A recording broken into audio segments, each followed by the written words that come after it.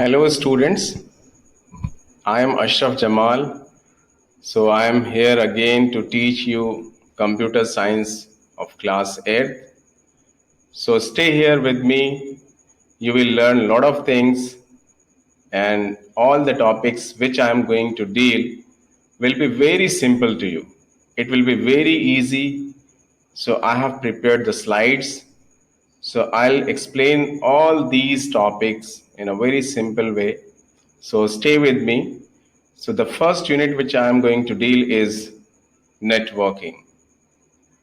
So this is the first unit in which I'm just going to cover all these topics. So we'll just learn all these things. What is a network? What is a computer network?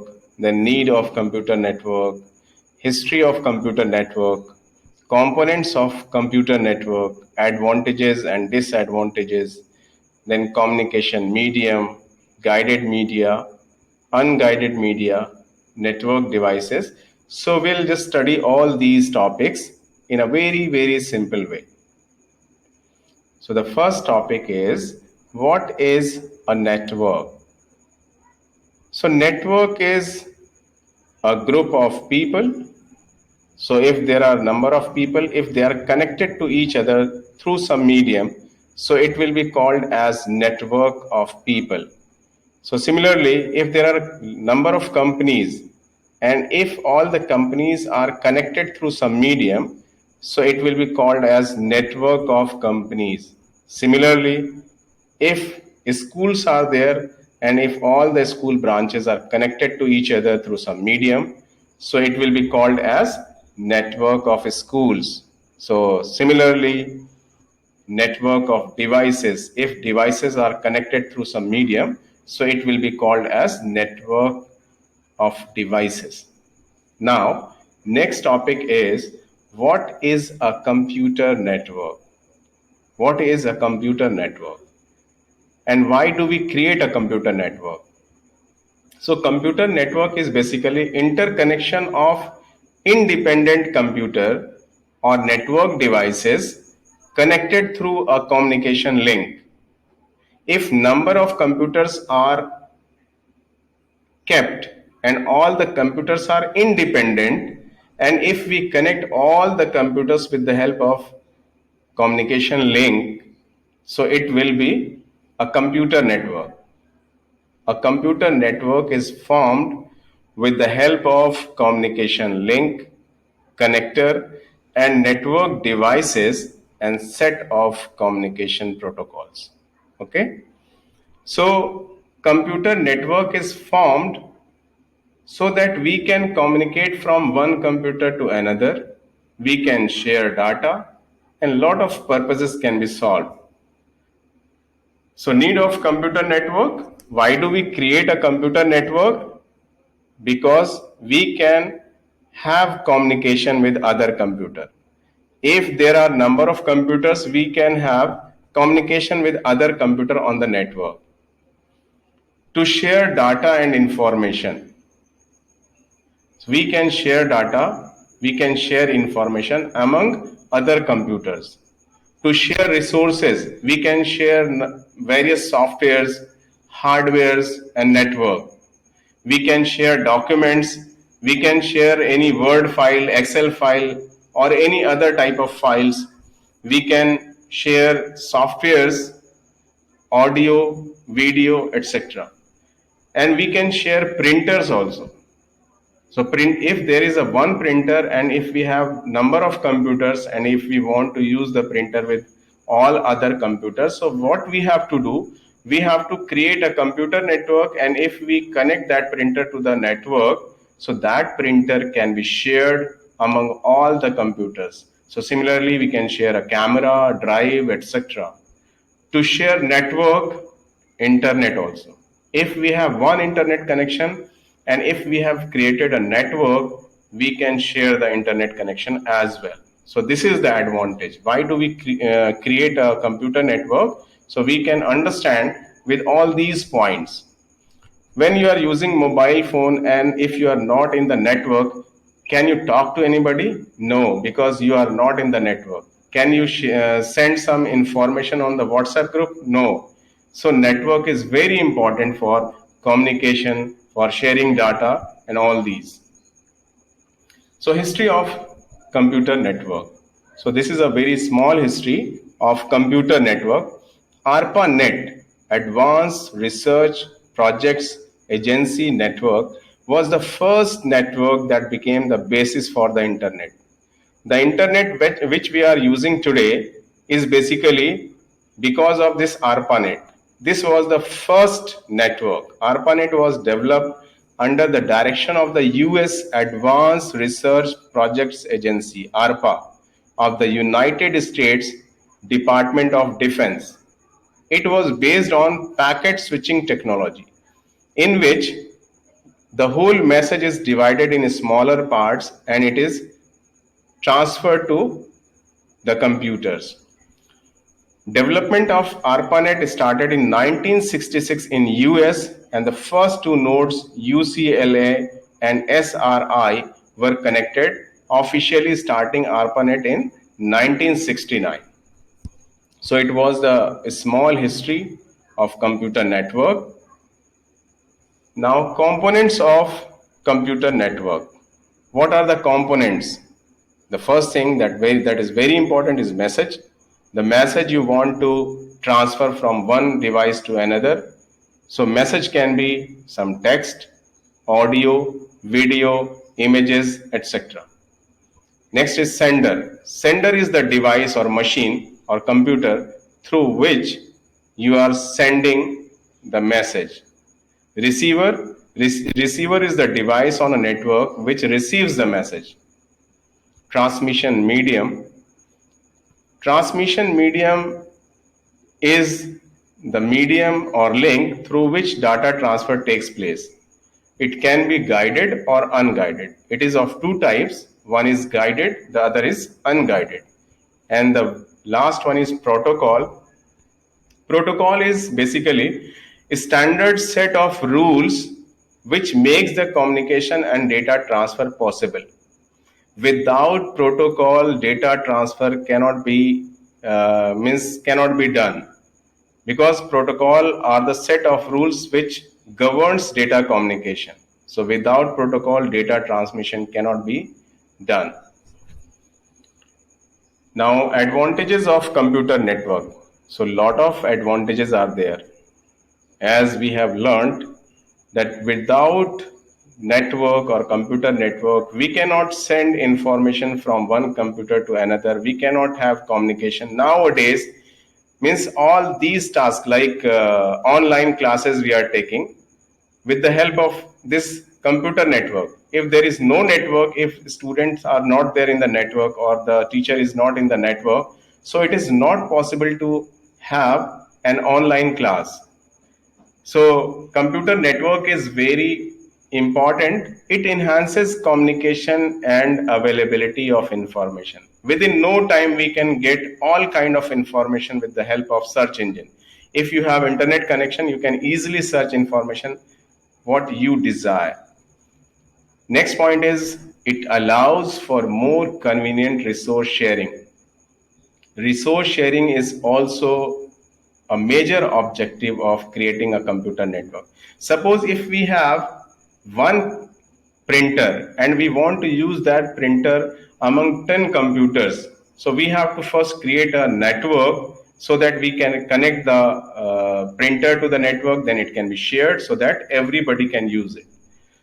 It makes file sharing easier. We can share files among various computers and it can be shared very quickly, and the file can be easily available to all of the users. So it is highly flexible. Highly flexible means we can access or explore the information quickly, anytime, anywhere. It increases cost efficiency. Now suppose if we want to use a printer among 10 computers. So one solution is to have 10 printers attached to every computer, or if we want to have only one computer and if we are going to connect it to a network, so only one printer can be use with all the computers. So we'll just cut the cost. Reduction in hardware cost. Due to sharing of hardware, we need not to have redundant hardware. Redundant means repeating of hardware. As I took the example of printer, so if we have 10 computers, if we want to use printer with all the computers, so if we have only one printer and we connect it to the network, we can use the printer with all the computers. So this is the advantage. Now, disadvantages of computer network. So when we are connected to a network, so security can be at risk. Means a lot of people are there, so they can try to hack the account, they can just try to destroy some resources. Lacks of robustness. So if the main server or the network breaks, the entire system will be useless. So this is drawback. Increases threat of computer viruses and malware. So there are chances of viruses which can come from network. It can disrupt the functionality of your computer. So there is a risk of viruses. Expensive setup. The initial cost will be, of course, it will be high, because when we are going to create a network, so we need number of devices like switch, routers, and many other devices. So it will add cost. Now, communication link. What is a communication link? Communication link is a medium through which data transfer takes place. So there are two types of communication medium. The first one is guided medium. Guided medium, basically, these are the cables of various types like twisted pair cable, coaxial cable, and fiber optics. So guided medium is the medium through which the signal is guided by the physical characteristics of the medium. So there are three types of guided medium. One is twisted pair cable, coaxial cable, and fiber optics cable. An unguided medium is the wireless medium, that is infrared, radio wave, microwave, that can use the air as medium, water as medium, or vacuum also. So guided media or guided medium. So guided media, medium through which data transfer takes place and guided by its physical characteristics. So under this twisted pair cable, so you can see the image of that on the bottom side, twisted pair cable, then coaxial cable, and of fiber optics or optical fiber. So these are the different types of network cable. Now twisted pair cable, which is also known as Ethernet. Twisted pair cable is a cable in which pair of wires are there and which are twisted also. A twisted pair cable is cheap as compared to other transmission media. It has cheaper cost, provides low data rate, it is affected by external signals. Frequency range for twisted pair cable is from 0 to 3.5 kilohertz. So twisted pair cable is one of the most cheaper, easy to install, and it is very easily available. So for a small network where we need a very low data rate, so we can use twisted pair cable. So twisted pair cables are of two types. UTP, that is unshielded twisted pair cable. It is cheaper and has low transmission rate. It has low bandwidth. And STP, that is shielded twisted pair cable. Shielded twisted pair is costlier and has high transmission rate, which has high bandwidth. So twisted pair is of two types. One is UTP, which has lower cost, which has lower data rate or lower bandwidth. STP is shielded twisted pair cable, which has higher transmission rate or higher bandwidth. Okay. Now, coaxial cable. This is also a guided media. So coaxial cable has higher bandwidth or higher data rate compared to twisted pair cable. It is very good for video grade signals. It has a solid conductor and one outer conductor which is used for reducing the noise. So it has two parallel conductors and are insulated. So coaxial cable transmits information in two modes: baseband mode, which is digital transmission; broadband mode, which is analog transmission and which is used for cable TV and analog television networks. So these cables are used for higher data rate. It provides higher bandwidth. So it is costlier than twisted pair cable, provides higher data rate than twisted pair cable. It is good for video grade signals. So when you see the cable TV connection cable, which is a round cable, so that is basically a coaxial cable. Optical fiber, it is made up of fiber or glass and fused silica. The core is surrounded by a less dense glass or plastic covering called the cladding. It is used for transmission of large volumes of data. Means it provides very high data rate. It has very high bandwidth. So types of optical fiber cable: single mode fiber. In single mode fiber, only one type of ray of light can propagate through the fiber. So in optical fiber, the signals are transmitted in the form of light. It is not transmitted in form of electronic signal. Instead, it is ray of light. Multimode fiber allows a large number of modes for the light ray traveling through it. Means multiple rays can transmit simultaneously in multimode fiber.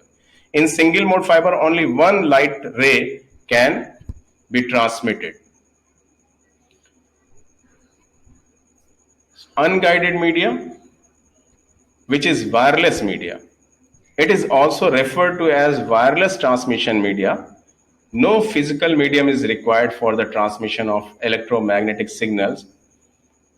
Features are: signal is broadcasted through air, water, or vacuum. It is less secure and it is used for very large distances.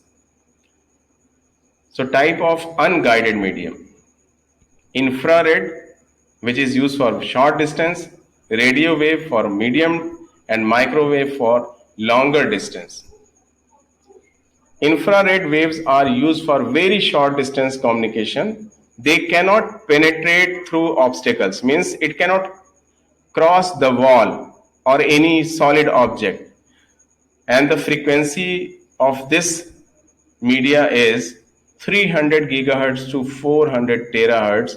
It is used in TV remotes, wireless mouse, keyboards, printer, etc. So it is used for very short distance. Radio waves, these are easy to generate and can penetrate through buildings. It can cross the walls. The sending and receiving antennas need not be aligned. Means it is omnidirectional. The signals are propagated in all the directions, okay? And the range is 3 kilohertz to 1 gigahertz. So this is used for terrestrial and satellite communication. Microwave. It is a line of sight transmission. Microwave is a line of sight transmission, means both the antenna should be properly aligned. If it is not aligned properly, so it will not be possible to transmit the data. So frequency range is 1 gigahertz to 300 gigahertz. These are mainly used for mobile phone communication and television distribution and for computer network as well. Wireless network technology. What are the wireless network technology? The first one is Bluetooth. It is a wireless personal area network technology and is used for exchanging data over smaller distances. This technology was invented by Ericsson in 1994. The frequency ranges at 2.4 gigahertz to 2.485 gigahertz, and maximum devices that can be connected at the same time are 7 Bluetooth ranges up to 10 meters. It provides data rates up to 1 megabits per second or 3 Mbps depending upon the version. Means Bluetooth is used for very short distance data communication, and it uses radio wave unguided media. So Bluetooth is not a media, it is a wireless technology which uses radio wave. Next is Wi-Fi, wireless fidelity. Wi-Fi stands for wireless fidelity. It is a technology for wireless local area networking with devices based on IEEE 802.11 standard. For all the Wi-Fi, this standard is used, IEEE 802.11 standard. Wi-Fi compatible device can connect to the internet via wireless LAN network and a wireless access point, which is called as AP. Every WLAN means wireless LAN has an access point which is responsible for receiving and transmitting data from users. Now, types of network. So there are various types of network on the basis of its size and the technology which it is using. The first one is personal area network or PAN. So this is the smallest and most basic type of network. A PAN is to connect extremely small network connecting phones, printers, tablets, etc. So personal area networks are those networks which are extremely small, which is used for personal devices like connecting one phone to another, connecting phone to laptop, or one computer to another. So this is known as personal area network, which has a very short span of distance. Then local area network, a small and very common network which is spanned locally in a single building or a premise. So if a LAN is spanned in a single building or a premise, so it will form a local area network. Then campus area network or CAN. So it is larger than LANs but smaller than metropolitan area network. So campus area network is basically collection of various local area networks, and if they are linked together, so it can form a CAN or campus area network, which is used for larger universities or any organization which has very large campus. So that type of network is called as campus area network. Now metropolitan area network, basically these types of networks are larger than local area network and campus area network, but is smaller than wide area network. So it covers basically a metropolitan area or a city, a complete city is connected through this. And this is owned by a single person or a company. So for example, the cable TV network that we see, cable internet connection is also there. So which is governed by a person or a company, and it is spanned through a whole city. Wide area network, that is WAN. The internet is the most basic example of a WAN, connecting all computers together around the world. So WAN is one of the largest network which covers the whole world, the entire globe. So example is internet. So if we are connected to internet, we can access information of any country, means whether the information which we are going to access is from America, from London, from China, from any of the city, any of the country. So it is the largest network. Now what is internet? Internet is also a global network. It is the example of wide area network. So it connects the whole world. Internet is also called network of networks. It is one of the largest network that connects the entire globe. So thank you. for watching this. I hope this is going to be very useful for you. So you can make notes, you can understand all the topics which I have shown, which I have explained. And if you have further any queries, you can ask in the link.